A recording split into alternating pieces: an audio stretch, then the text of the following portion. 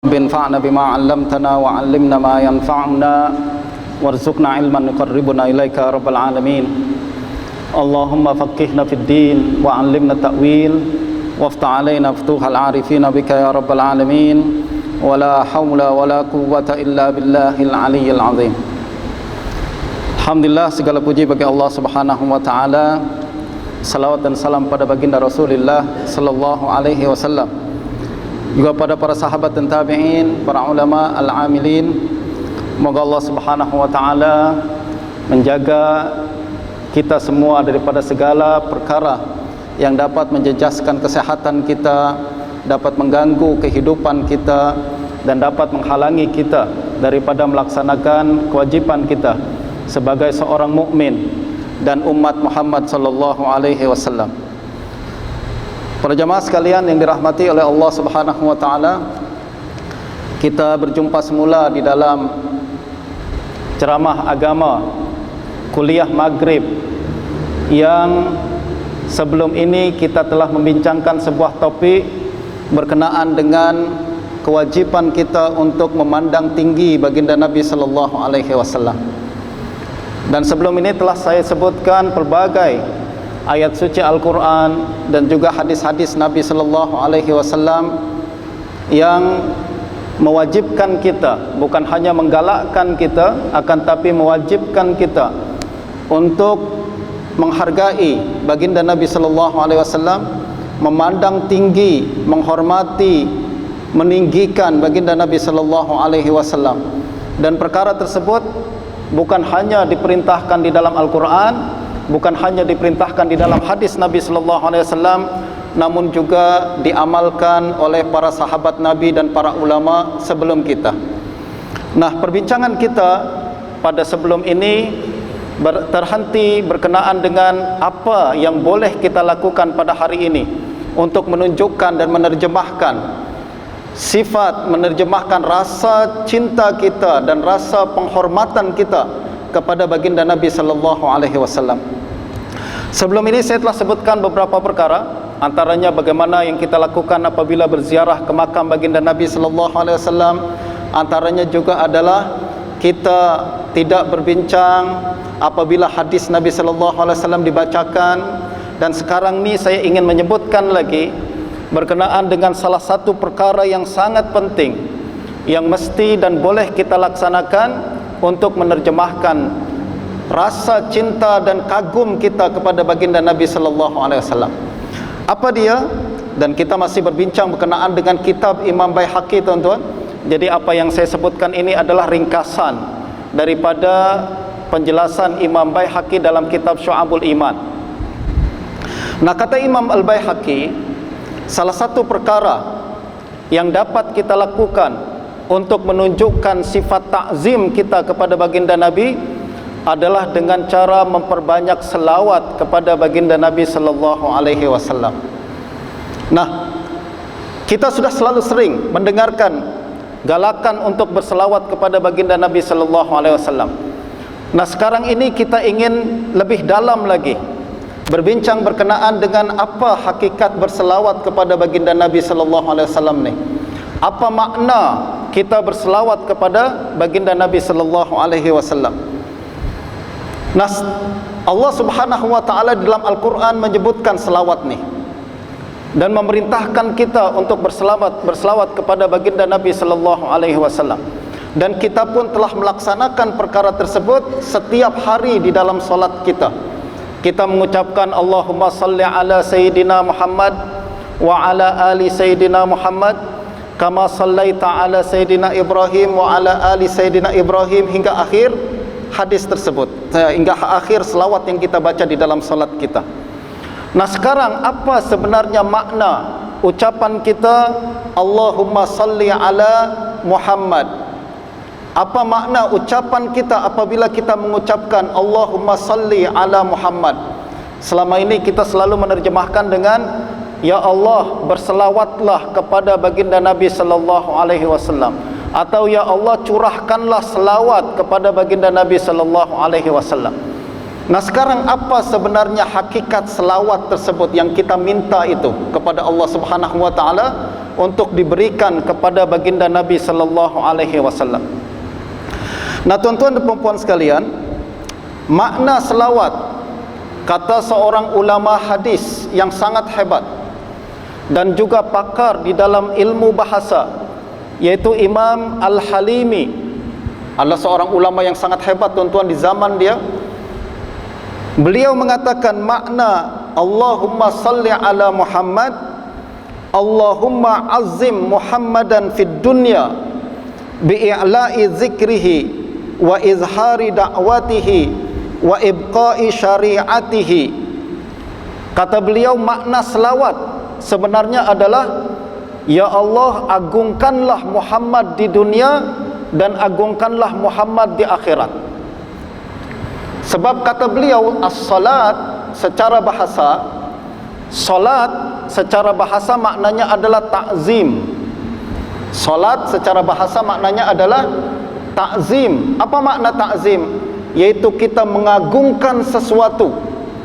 Itu sebabnya kita solat yang kita lakukan 5 waktu itu adalah kita mengagungkan Allah Subhanahu wa ta'ala, dengan cara kita berruku, dengan cara kita sujud, dengan cara kita mengucapkan pelbagai zikir-zikir. Semuanya poinnya satu, tuan-tuan.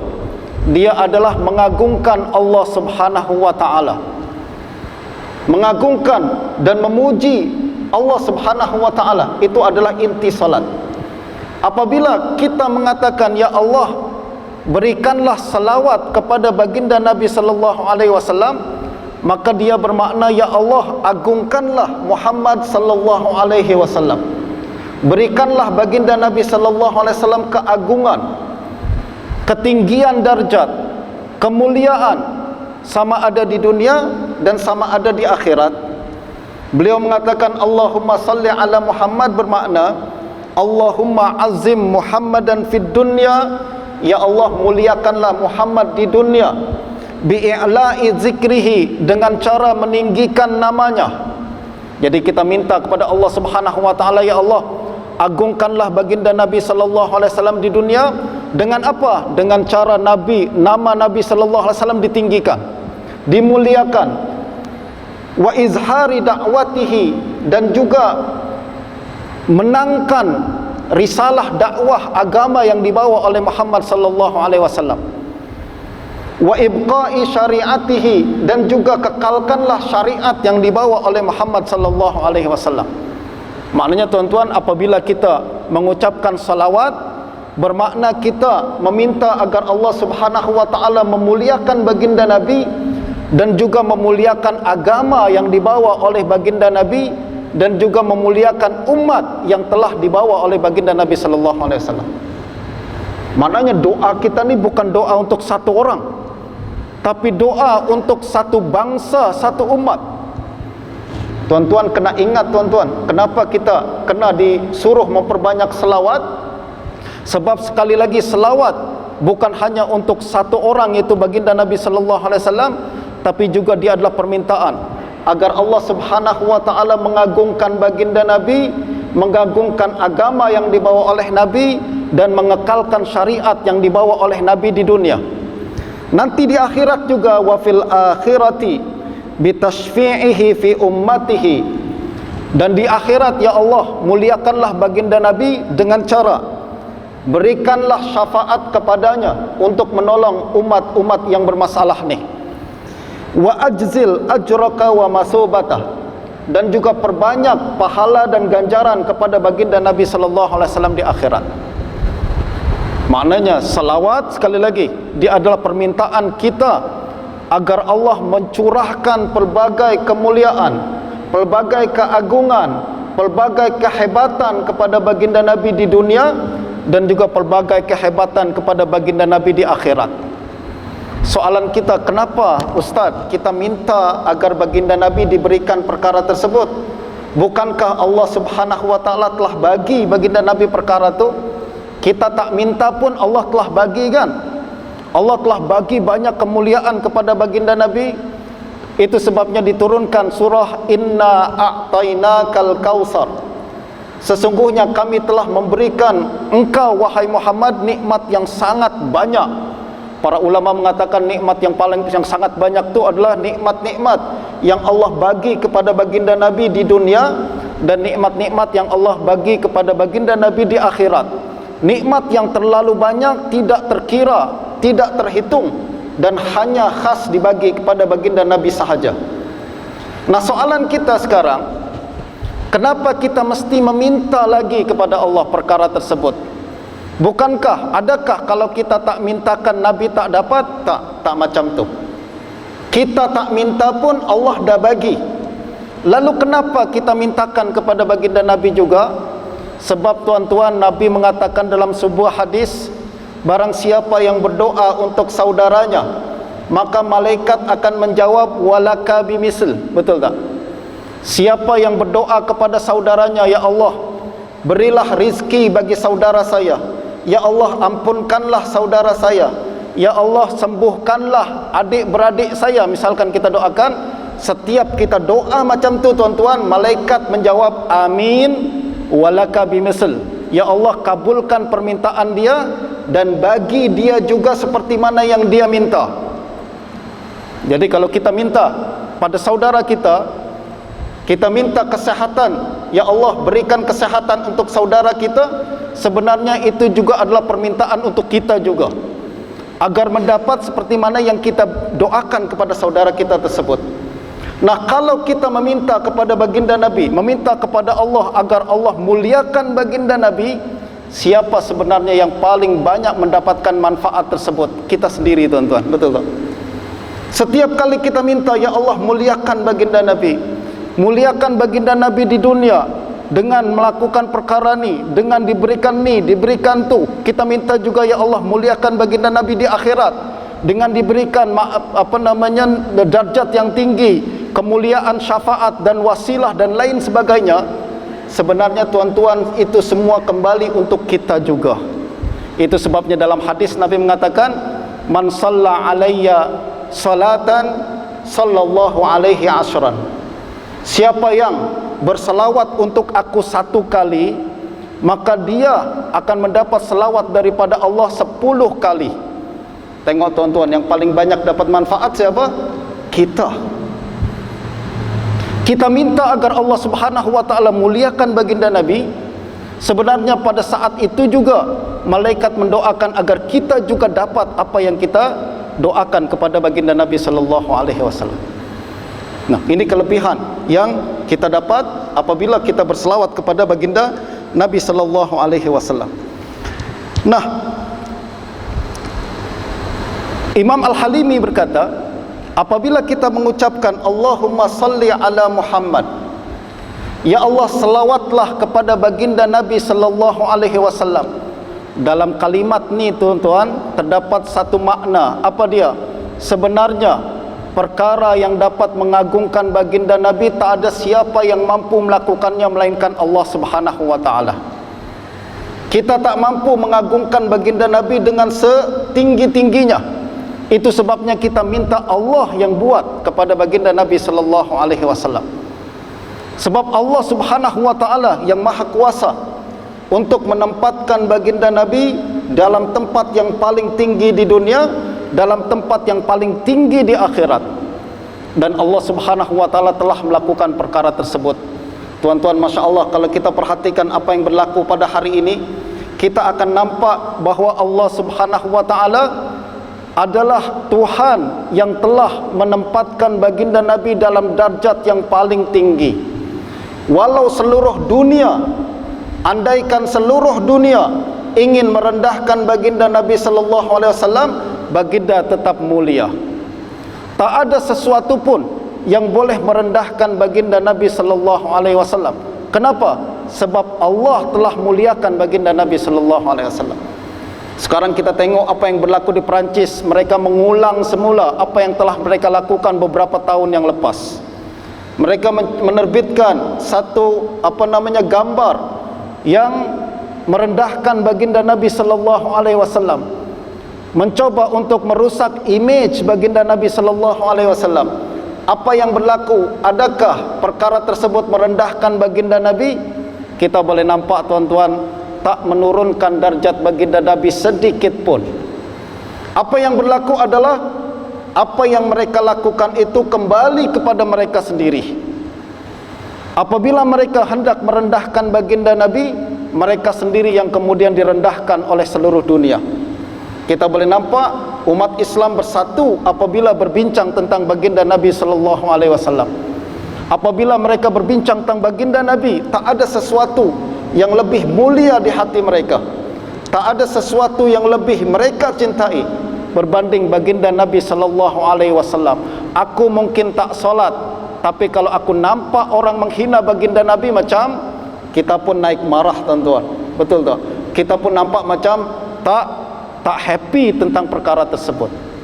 Ini menunjukkan bahawa baginda Nabi bukan ditinggikan oleh manusia, akan tetapi Allah Subhanahu wa taala yang telah tinggikan baginda. Allah Subhanahu wa taala yang telah muliakan baginda, dan Allah Subhanahu wa taala yang telah mengagungkan baginda Nabi sallallahu alaihi wasallam.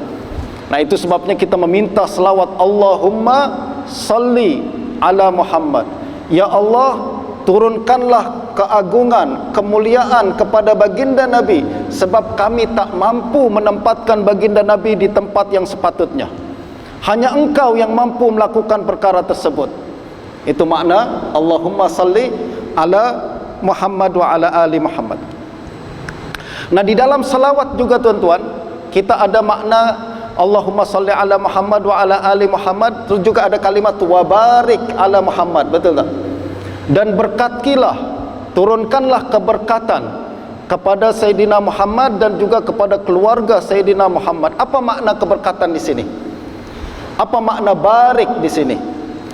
Kita merujuk semula kepada Imam Al-Halimi, pakar hadis dan juga pakar bahasa.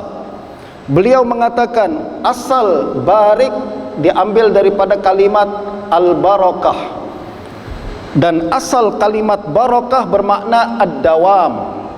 Barakah bermakna kekal dan juga bertambah. Itu namanya barakah, tuan-tuan. Apabila kita mengucapkan Allahumma barik ala Muhammad, maknanya Allahumma adim zikra Muhammad wa da'watahu wa syari'atah. Apabila kita mengucapkan Allahumma barik ala Muhammad, bermakna ya Allah, kekalkanlah kemuliaan yang telah Engkau berikan kepada Muhammad, kemuliaan yang Engkau berikan kepada agama yang dibawa oleh Muhammad, dan kemuliaan yang telah Engkau berikan kepada syariat yang telah dibawa oleh Muhammad. Itu nama bermakna barik. Sebab barik bermakna kekalkan. Kalau salli bermakna agungkan, muliakan. Jadi kita minta kepada Allah agar mengagungkan baginda Nabi, kemudian dikekalkan perkara tersebut. Wa barik ala Muhammad wa ala ali Muhammad.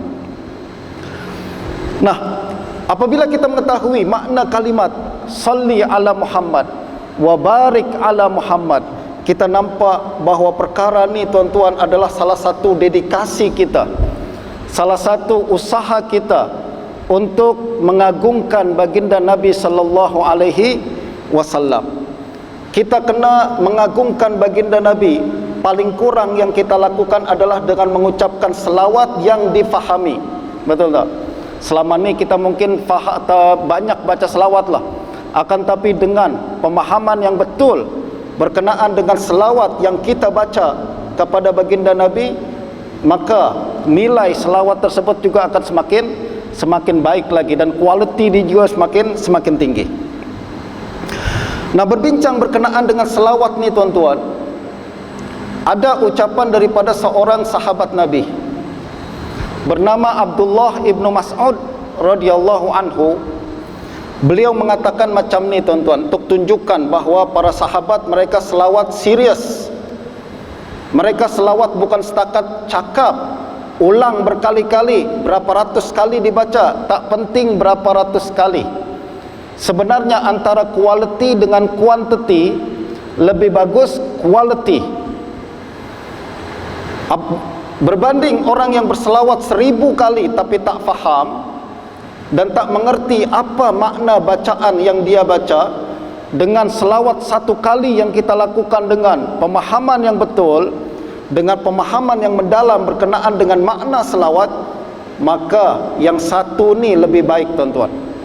Tengok apa ucapan daripada sahabat Nabi Abdullah ibn Mas'ud radhiyallahu anhu. Beliau mengatakan, idza sallaitum ala Rasulillah sallallahu alaihi wasallam fa ahsinus salata alaihi. Apabila engkau melakukan selawat kepada baginda Nabi, apabila engkau membaca selawat kepada baginda Nabi, maka pereloklah selawat tersebut. Perelok selawat tersebut, baca betul-betul, baca dengan faham. Kalimat pun gunakan kalimat yang indah. Sebab itu perintah daripada Abdullah bin Mas'ud. Beliau mengatakan, kalau engkau membaca selawat, maka bacalah dengan elok, baca dengan serius, bukan setakat sebut saja, bukan dengan dendangan-dendangan dan lagu-lagu yang kita tak faham apa maknanya. Sebab sekali lagi yang penting adalah kualiti dia, kefahaman kita, pengertian kita, kesedaran kita berkenaan dengan lafaz yang kita baca ni. Kata Abdullah bin Mas'ud sekali lagi, kalau engkau membaca selawat, maka perelok bacaan selawat tersebut. Kenapa? Fa innakum la tadruna hal zalika yu'radu alaih. Sebab mungkin saja, kemungkinan besar selawat tersebut akan dipersembahkan kepada baginda Nabi sallallahu alaihi wasallam. Masya-Allah. Kalau kita nak baca selawat, baca yang betul, kata Abdullah bin Mas'ud, sebab selawat ini akan dipersembahkan kepada baginda Nabi, akan diperlihatkan kepada baginda Nabi, akan disampaikan kepada baginda Nabi. Bayangkan, kalau dipersembahkan kepada baginda Nabi, wahai Rasulullah, ini adalah selawat yang dibaca oleh si fulan daripada umatmu yang ada di Malaysia, si fulan bin fulan. Dalam satu riwayat disebutkan tuan-tuan, nama orang yang berselawat tersebut dengan nama ayah orang yang berselawat tersebut. Disebutkan ini adalah selawat fulan bin fulan. Ada seorang ulama bahkan mengatakan, salah satu cara kita berbakti kepada ibu bapa kita adalah kita berselawat kepada baginda Nabi sallallahu alaihi wasallam. Kenapa? Dengan selawat tersebut dia akan menjadi sebab baginda Nabi kenal ayah kita. Dengan selawat tersebut baginda Nabi paling kurang kenal dengan nama orang yang berselawat tersebut dan nama ayah yang orang yang berselawat tersebut. Ini pandangan ulama tuan-tuan ya. Mereka mengatakan kalau kita sayang ibu bapa, kalau kita ingin berbakti kepada ibu bapa, salah satunya adalah berselawat kepada baginda Nabi dengan elok, dengan baik. Sebab selawat tersebut akan dipersembahkan kepada baginda Nabi, akan disampaikan oleh baginda Nabi kepada baginda Nabi, lalu disebutkan, Rasulullah, ini adalah selawat daripada fulan bin fulan. Maknanya Rasulullah kenal kita yang berselawat, kenal juga ayah kita yang berselawat. Betul tak? Nah, justru jangan tinggalkan selawat ni tuan-tuan, fadilah dia sangat besar. Nah, ucapan Abdullah bin Mas'ud ini tuan-tuan adalah berdasarkan hadis Nabi sallallahu alaihi wasallam juga. Ada beberapa hadis yang menunjukkan kepada kita bahawa selawat yang kita baca benar-benar disampaikan kepada Nabi. Salah satunya adalah tuan-tuan sebuah hadis yang diriwayatkan oleh Imam Ahmad dan juga ulama hadis yang lain yang meriwayatkan daripada seorang sahabat bernama Aus bin Aus radhiyallahu anhu. Aus bin Abi Aus radhiyallahu anhu.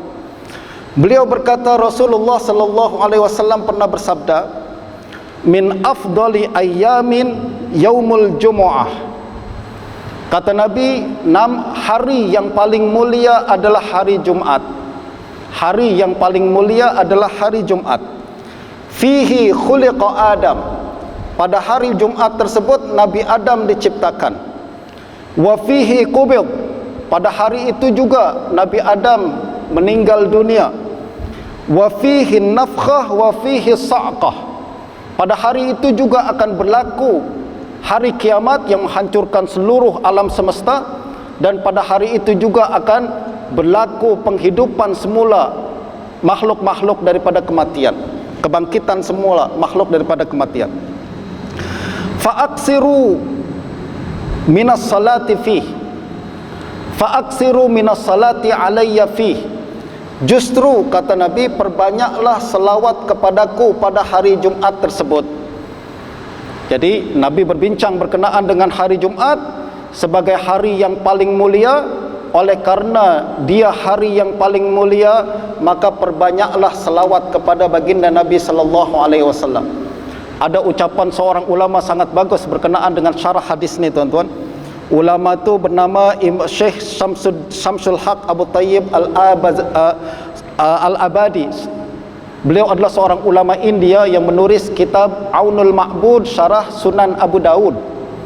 Apabila berbincang berkenaan dengan kaitan antara hari Jumat dengan selawat, kenapa kita digalakkan untuk banyak berselawat pada hari Jumat kepada baginda Nabi? Beliau mengatakan itu karena likaunihi sayyidil ayyam fayusrafu fi khidmati sayyidil anam. Kenapa kita disuruh untuk memperbanyak selawat pada hari Jumat? Sebab Jumat adalah sayyidul ayyam, dia adalah penghulu seluruh hari. Oleh karena dia penghulu seluruh hari, maka sudah sepatutnya dia digunakan dengan sebaik-baiknya untuk berkhidmat kepada penghulu seluruh manusia. Hebat ya tuan-tuan. Oleh karena hari Jumat adalah penghulu seluruh hari, maka kita kena gunakan dia dengan sebaik-baiknya untuk berkhidmat kepada penghulu seluruh manusia, li khidmati sayyidil anam sallallahu alaihi wasallam. Nah, kita kembali kepada hadis. Jadi hadis berbincang berkenaan dengan hari Jumat. Nabi juga mengatakan perbanyaklah selawat pada hari Jumat, sebab dia hari yang paling mulia, gunakan untuk berkhidmat kepada manusia yang paling mulia. Lalu Nabi berkata, fa inna salatakum ma'rudatun alai. Sesungguhnya selawat kamu akan dibentangkan kepada saya. Jadi kata Nabi, selawat yang kita baca akan direport kepada baginda Nabi. Bukan cuma direport saja. Kalau report kan kita berkata, malaikat datang kepada baginda Nabi lalu mengatakan, Rasulullah si fulan bin fulan bersalawat kepada engkau. Itu namanya report. Akan Nabi, yang Nabi sebutkan di sini bukan report, akan tapi ma'rudah, dibentang kepada Nabi. Maknanya akan disebutkan, ni selawat yang dibaca oleh si fulan, selawat dia macam ni. Ni selawat yang dia baca, selawat yang dia baca macam ni. Itu namanya dibentang, tuan-tuan. Betul tak? Dibentang kepada baginda Nabi. Itu sebabnya tadi Abdullah bin Mas'ud mengatakan perelok bacaan selawat, sebab dia akan dibentang kepada baginda Nabi.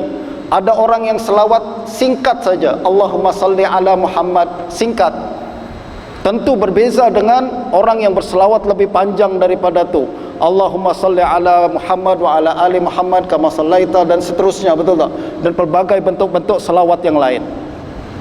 Nah, selawat kita akan dibentang kepada baginda Nabi sallallahu alaihi wasallam. Kata Nabi, Imam Ibnul Mulaqin, tuan-tuan, seorang ulama pakar hadis dan salah seorang guru Imam Ibnu Hajar di Mesir, beliau mentafsirkan makna, apa makna dibentang. Makna ma'rudah alayya, dibentang kepada baginda Nabi, maknanya adalah mausulah ilayya tawassulal hadaya. Makna dibentang kepada baginda Nabi maknanya adalah selawat tersebut disampaikan kepada baginda Nabi dalam bentuk macam hadiah, macam bingkisan, macam apa namanya tuan-tuan, parcel, istilah kita sekarang ni kan, macam parcel yang diserahkan kepada baginda Nabi dengan tulisan kad, istilah kita lah, dengan kad bertuliskan dari fulan bin fulan kepada baginda Rasulullah sallallahu alaihi wasallam. Makin cantik parcel tersebut, makin cantik hadiah tersebut, makin membahagiakan dan menggembirakan baginda Nabi sallallahu alaihi wasallam. Justru tuan-tuan, selawat don't play-play, jangan main-main. Selawat jangan kita baca setakat baca saja. Yang lebih penting adalah faham, dilakukan dengan serius, dilakukan dengan senuk, penuh dengan kesedaran, dan dilakukan dengan perhatian dan penuh kesedaran untuk apabila kita melakukan dan membaca perkara tersebut. Sebab sekali lagi selawat akan disampaikan kepada baginda Nabi tawassulal hadaya, macam bentuk hadiah-hadiah yang dikirim seseorang kepada orang lain. Bayangkan kalau kita ada, baginda Nabi ada pada hari ini, misalnya laukana bainana, sekiranya baginda Nabi sallallahu alaihi wasallam hadir pada hari ini, lalu kita diberikan satu kesempatan dan peluang untuk berjumpa baginda Nabi dan mempersembahkan sesuatu kepada baginda, apa kira-kira yang kita nak bagi? Tentu hadiah, selari dengan orang yang menerima hadiah tersebut. Betul tuan-tuan?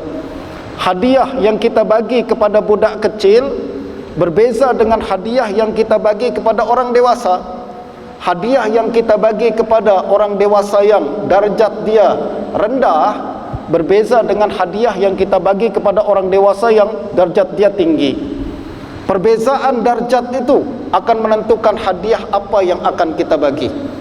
Nah, kita telah bincangkan sejak awal lagi dan sejak perjumpaan yang lepas bahawa baginda Nabi adalah makhluk yang paling mulia dan wajib kita agungkan, kita muliakan, kita pandang tinggi, kita takzim kepada baginda Nabi. Tentu hadiah yang kita bagi janganlah asal-asal, tuan-tuan. Jangan kita bagi hadiah asal-asal.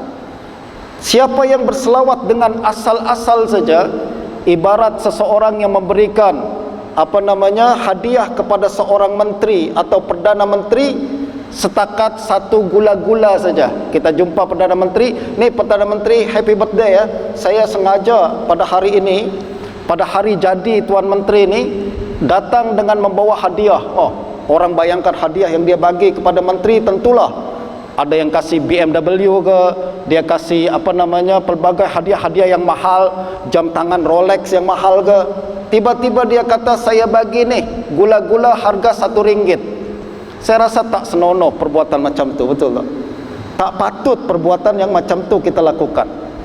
Nah, apalagi apabila kita memberikan hadiah kepada baginda Nabi sallallahu alaihi wasallam, kita berpeluang berjumpa dengan baginda Nabi, lalu kemudian kita mempersembahkan sesuatu kepada baginda Nabi, maka mestilah sesuatu itu sesuatu yang paling hebat, sesuatu yang paling sempurna, yang paling cantik yang kita boleh bagi kepada Nabi sallallahu alaihi wasallam. Dan kita mulakan dengan apa, tuan-tuan? Mulakan dengan selawat yang kita baca dengan sempurna, dengan baik, dengan penuh kefahaman, dan kita baca dengan serius, bukan setakat bernyanyi-nyanyi, bukan setakat kita baca dengan lidah tanpa kita hadirkan hati kita untuk memahami apa yang kita baca dengan selawat tersebut. Nah, kita setelah mengetahui perkara tersebut, sekarang kita berbincang tentang perkara yang berikutnya.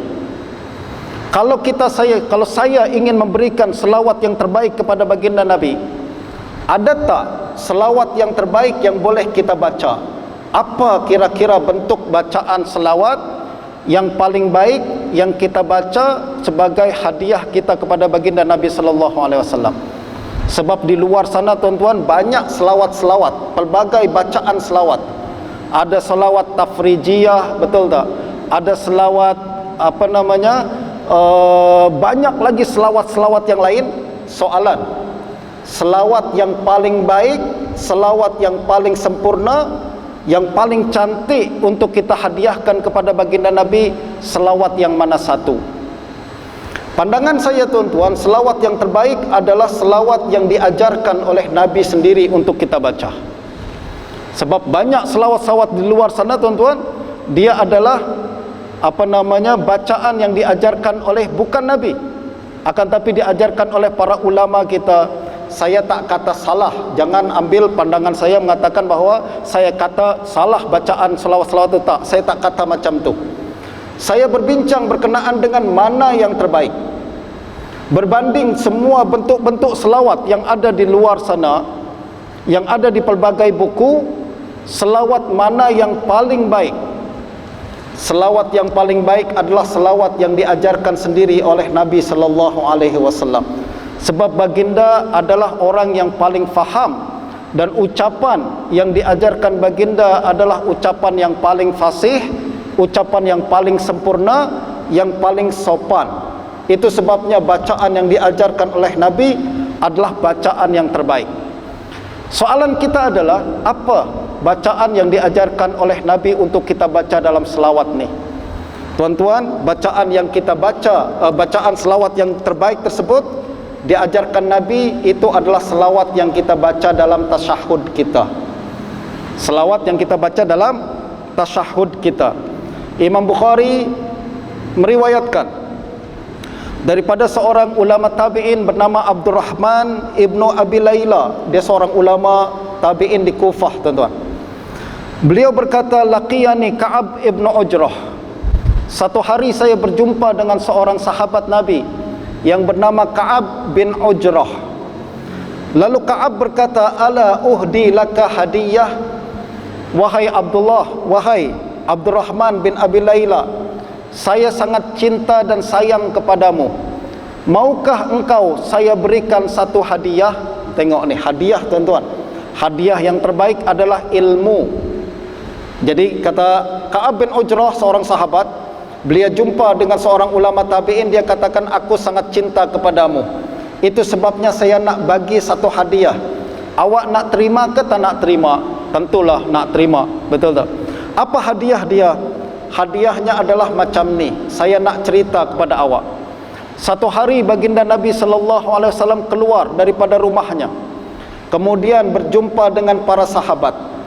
Lalu para sahabat bertanya satu soalan kepada Nabi SAW. Mereka berkata, ya Rasulullah, alimna kaifas salamu alaik. Wahai Rasulullah, kami sudah tahu bagaimana cara mengucapkan salam kepadamu. Jadi Allah Subhanahu wa taala suruh dalam Al-Quran apa, tuan-tuan? Sallu alaihi wa sallimu taslima. Betul tak? Berselawat dan bersalamlah kepada baginda Nabi.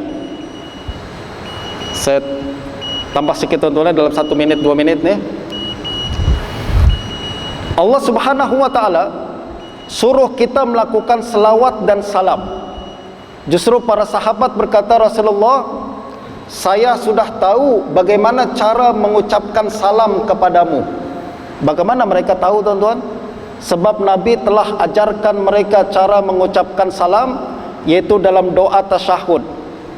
Assalamu alayka ayyuhan nabi wa rahmatullahi wa barakatuh. Betul tak? Itu adalah salam. Nabi sendiri yang ajarkan kepada mereka.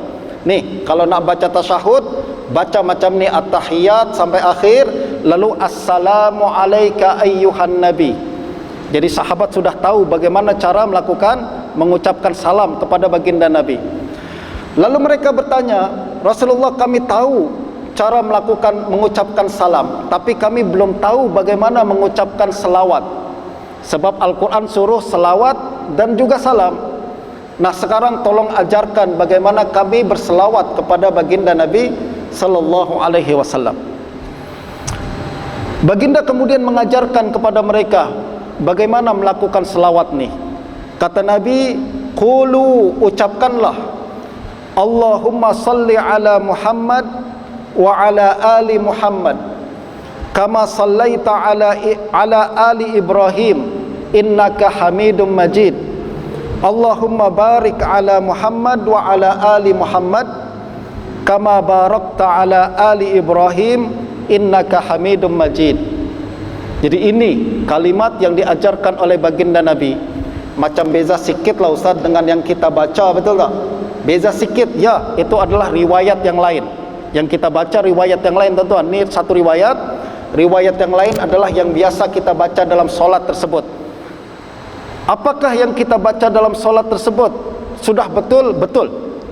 Yang kita baca Allahumma salli ala Muhammad wa ala ali Muhammad kama sallaita ala Ibrahim wa ala ali Ibrahim wa barik ala Muhammad dan sehingga akhir innaka Hamidum Majid, yang tuan-tuan baca itu dah betul. Itu adalah satu riwayat yang lain daripada sahabat Nabi yang lain. Nah, maknanya sekarang ini adalah cara solawat yang paling baik, yang direct diajarkan oleh Nabi kepada para sahabat, lalu sahabat ajarkan kepada kita hingga hari ini. Kalau tuan-tuan nak perbanyak selawat kepada baginda Nabi, galakan saya adalah baca sebanyak-banyaknya selawat tersebut.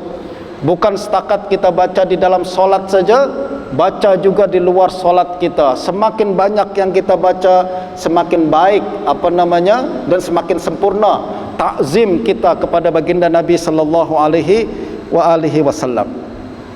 Nah, ini adalah sirah, bentuk selawat yang terbaik kepada baginda Nabi. Dan kalau kita faham apa maknanya, tadi saya telah sebutkan.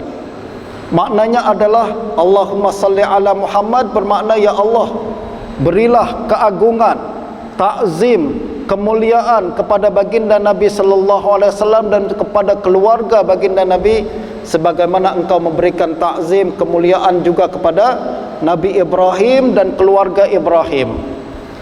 Dan berikanlah keberkatan. Keberkatan maknanya adalah kelanggengan atau kelestarian, keterusan, kemuliaan yang berterusan kepada baginda Nabi dan yang terus bertambah hingga ke akhir zaman, darjat yang selalu tinggi dan tidak pernah berkurang kepada baginda Nabi dan juga kepada keluarga Nabi, sebagaimana engkau telah berikan keberkatan kepada Nabi Ibrahim dan keluarga Nabi Ibrahim. Soalan kita sekarang adalah, kenapa Nabi ajarkan kita untuk berselawat kepada baginda Nabi dengan menyebut Nabi Ibrahim di sini? Betul tak? Saya rasa masa kita tak cukup. InsyaAllah kita akan lanjutkan semula dalam perjumpaan yang akan datang. InsyaAllah lebih dalam lagi berkenaan dengan makna selawat dan juga bagaimana cara kita melaksanakan selawat kepada baginda Nabi sallallahu alaihi wasallam sebagai tanda takzim dan kemuliaan kita kepada baginda Nabi. Mudah-mudahan Allah Subhanahu wa taala memberikan kita ilmu yang bermanfaat, memberikan kita taufik dan hidayah untuk mengamalkan sunnah baginda Nabi sallallahu alaihi wasallam dan juga mengamalkan banyak-banyak selawat, terutamanya pada hari Jumat, di mana dia adalah hari yang paling mulia. Kita gunakanlah dia untuk dipersembahkan kepada manusia yang paling mulia. Mudah-mudahan Allah Subhanahu wa taala memberikan kita panjang usia untuk berjumpa lagi pada kesempatan yang akan datang, dan kita lanjutkan perbincangan yang menarik ini insyaallah. Wassallallahu ala sayyidina Muhammadin wa ala alihi wa sahbihi ajma'in. Wassalamualaikum warahmatullahi wabarakatuh.